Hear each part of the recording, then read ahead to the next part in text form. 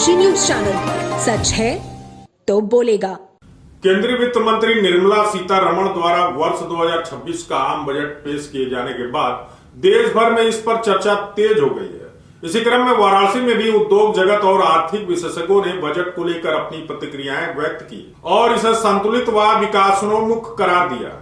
वाराणसी के प्रमुख उद्योगपति आर.के. चौधरी ने बजट पर प्रतिक्रिया देते हुए कहा कि यह बजट बेहद संतुलित है और वर्ष 2047 तक विकसित भारत की परिकल्पना को ध्यान में रखकर तैयार किया गया है।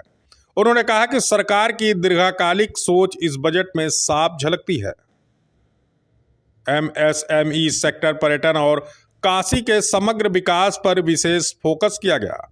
उन्होंने कहा कि काशी को सरकार की ओर से बड़ी सौगात मिली है। कुल मिलाकर बजट को सराहनीय बताते हुए उन्होंने इसे 10 में से 9 अंक दिए हैं। वहीं उद्योगपति पंकज अग्रवाल ने बजट को समझदारी से तैयार किया गया बताया। उन्होंने कहा कि यह बजट पूरी तरह से एमएसएमई केंद्रित है और एमएसएमई सेक्टर के लिए 10,000 करोड़ रुपए का आवंटन इस क्षेत्र को नई ऊर्जा और मजबूती प्रदान करेगा। उन्होंने कहा कि बजट में महिला उद्यमियों, कृषक उद्यमियों और दिव्यांगजनों का विशेष ध्यान रखा गया है। विपक्ष द्वारा बजट को झुंझुना बताए जाने पर प्रतिक्रिया देते हुए पंकज अग्रवाल ने कहा कि यदि यह झुंझुना बचता है तो न केवल प्रदेश बल्कि पूरा देश आर्थिक रूप से आगे बढ़ेगा और वैश्विक स्तर पर तीसरा स्थान हासिल करेगा। चार्टर्ड अकाउंटेंट सर्वेश अग्रवाल ने बजट को एक संतुलित बजट बताया। उन्होंने कहा कि इसमें मध्य वर्ग, किसान, उद्यमी और गरीब वर्ग सभी का ध्यान रखा गया है। एमएसएमई को 10,000 करोड़ रुपए की सौगात, पर्यटन के लिए विशेष पैकेज और रेल सेक्टर में नए कॉरिडोर की घोषणाएं व्यापार और रोजगार को गति देंगी। उन्होंने बताया कि वाराणसी से सिलीगुड़ी तक प्रस्तावित नए रेल कॉरिडोर से काशी के उद्यमियों को बड़ा लाभ मिलेगा।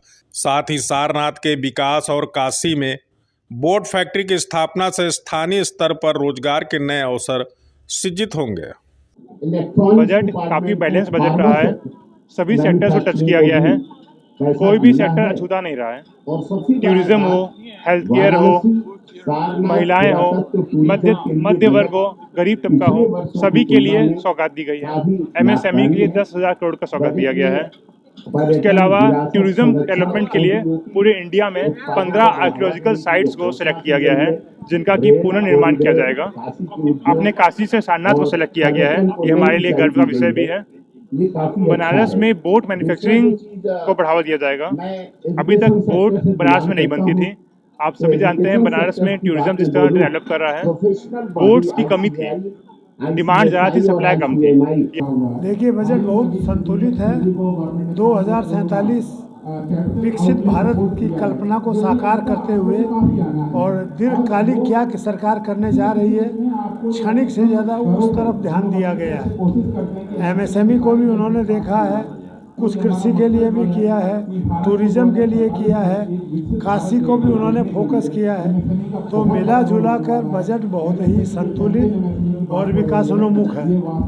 हाँ, एमएसएमई जो देश की अर्थव्यवस्था की रीढ़ है, 6,67,000 करीब एमएसएमई इकाइयाँ हैं। उस हिसाब से हम लोगों को अपेक्षा ज़्यादा थी।